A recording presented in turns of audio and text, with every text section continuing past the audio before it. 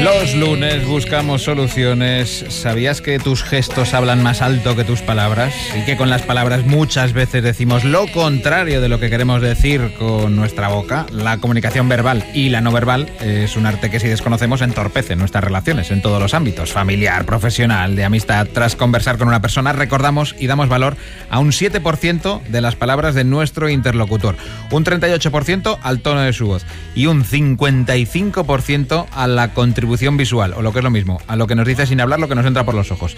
Así que saber qué significan unos brazos cruzados o lo que implica incluir la partícula no o pero en una frase nos ayudará a comunicarnos mejor, incluido con nosotros mismos. Pilar Jerico nos explica las claves. ¿Qué tal, Pilar? ¿Cómo estás? Buenos días. Hola, buenos días. ¿Tan solo un 7% de los que decimos y yo me tiro 6 horas hablando? No, pero tienes un 38%. Tienes el tono. El tono es el 38%. Pero fíjate, pensemos, cuando íbamos al colegio o a la universidad, ahora que estábamos hablando de Superpop en esta época... Que tú también eras de Superpop. Puedo responder a las preguntas de los oyentes.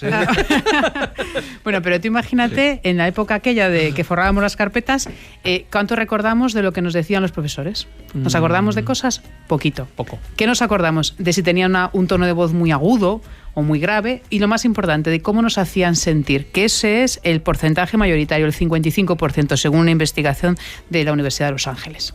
¿Cuáles son las palabras que debemos evitar, al menos conscientemente, para evitarlas si no queremos que nuestro discurso se desvirtúe o que estén pendientes de otras cosas? Decía yo lo de no o pero hay una cuantas. La más famosa es el pero, por ejemplo, ¿no? Oye, me ha encantado todo lo que has dicho, pero que casi podías haberlo dicho en otro momento. Sí, porque ya todo lo anterior no. Exacto. Entonces, el pero es lo que se llama técnicamente el borrador universal. Es como el que borra todo lo anterior.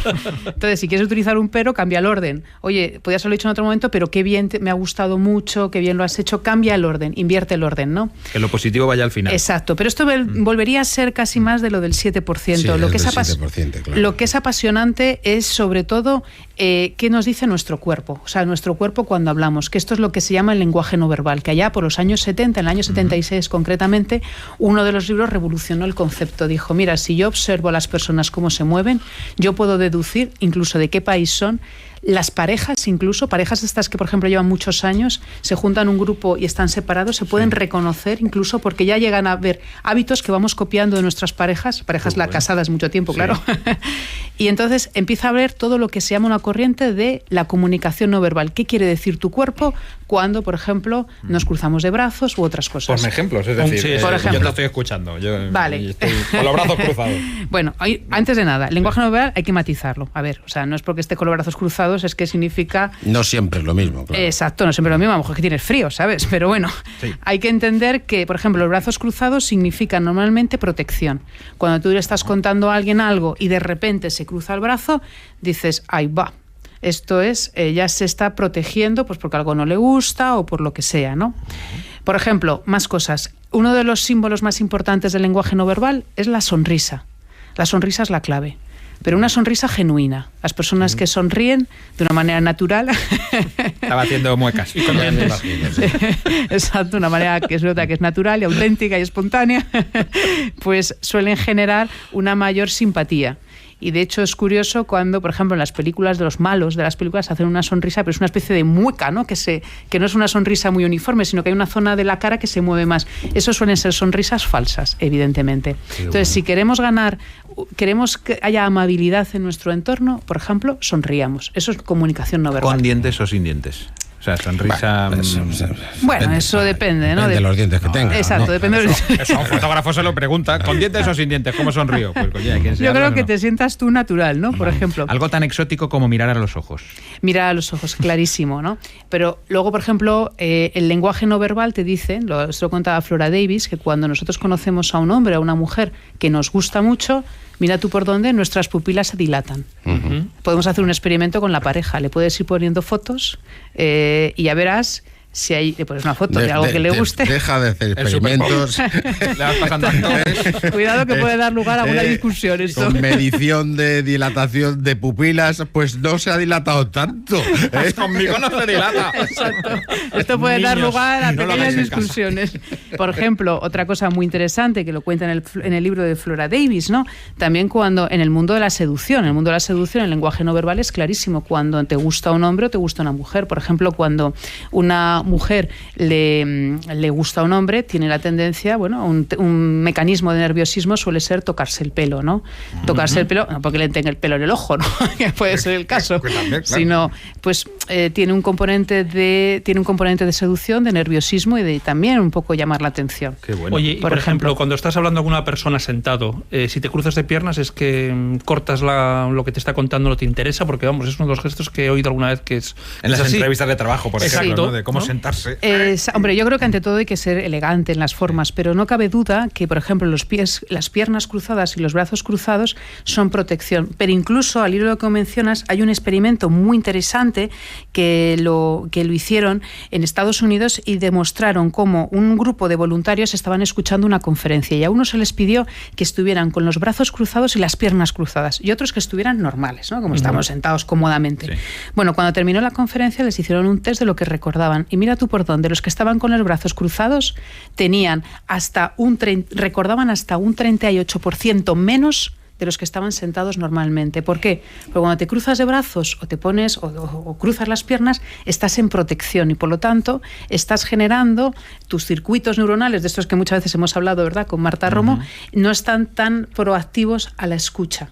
Por lo tanto, el otro recibe ese mensaje de, oye, quizás, ¿sabes?, no me está prestando toda la atención. Oye, ¿y lo de rascarse también significa algo o no? Nerviosismo. Que te pica. Fundamental. Bueno, aparte de que te pueda picar. Un poquito de...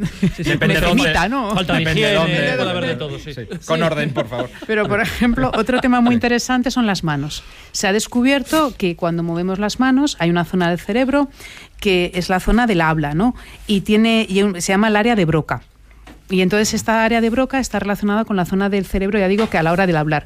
Pero cuando nosotros movemos las manos, se activa también. Por lo tanto, cuando tú estás hablando y quieres recordar algo, es bueno hacer un pequeño movimiento de manos. Un pequeño movimiento. Hombre, luego ya hay culturas, por ejemplo la cultura italiana, ¿no? Es mucho más expresiva en esto, pero mover un poquito las manos ayuda. ¿Por qué? Porque actúa tu área famosa, esta área de Broca. Pero también, por ejemplo, en Estados Unidos se ha comprobado que si tú estás en una reunión con amigos y tal, y quieres decir algo que quieres quedar solemne, que va a quedar bien, pues es normal. Por ejemplo, si tú te pones de pie, generas más testosterona y reduces un poquito el cortisol, es decir, la hormona del miedo. Por lo tanto, te das más seguridad a ti mismo. Por lo tanto, levantarse en algunos momentos es adecuado, ¿no? Otro de los temas que has mencionado es el uso de la voz, del tono de voz, sobre todo en tu caso. Pues muchos conferenciantes, ¿no?, donde el tono de voz es siempre el mismo, no varían, no suben, no bajan, no corte. Y es letal para la audiencia, ¿no? Pues sí. ¿no? Y el ejemplo de la radio nosotros, nuestro tono de voz, por ejemplo, cuando nos dirigimos a los oyentes, es radicalmente distinto si pedimos un tema divertido, festivo, a si pedimos un tema de sentimientos, de emociones, y estamos comunicando eso básicamente con esa herramienta, con la voz. Claro, porque el tono de voz es el que modula y el que registra las emociones. Y de hecho es algo tan interesante como, por ejemplo, decir, oye, sí, esto me está gustando mucho.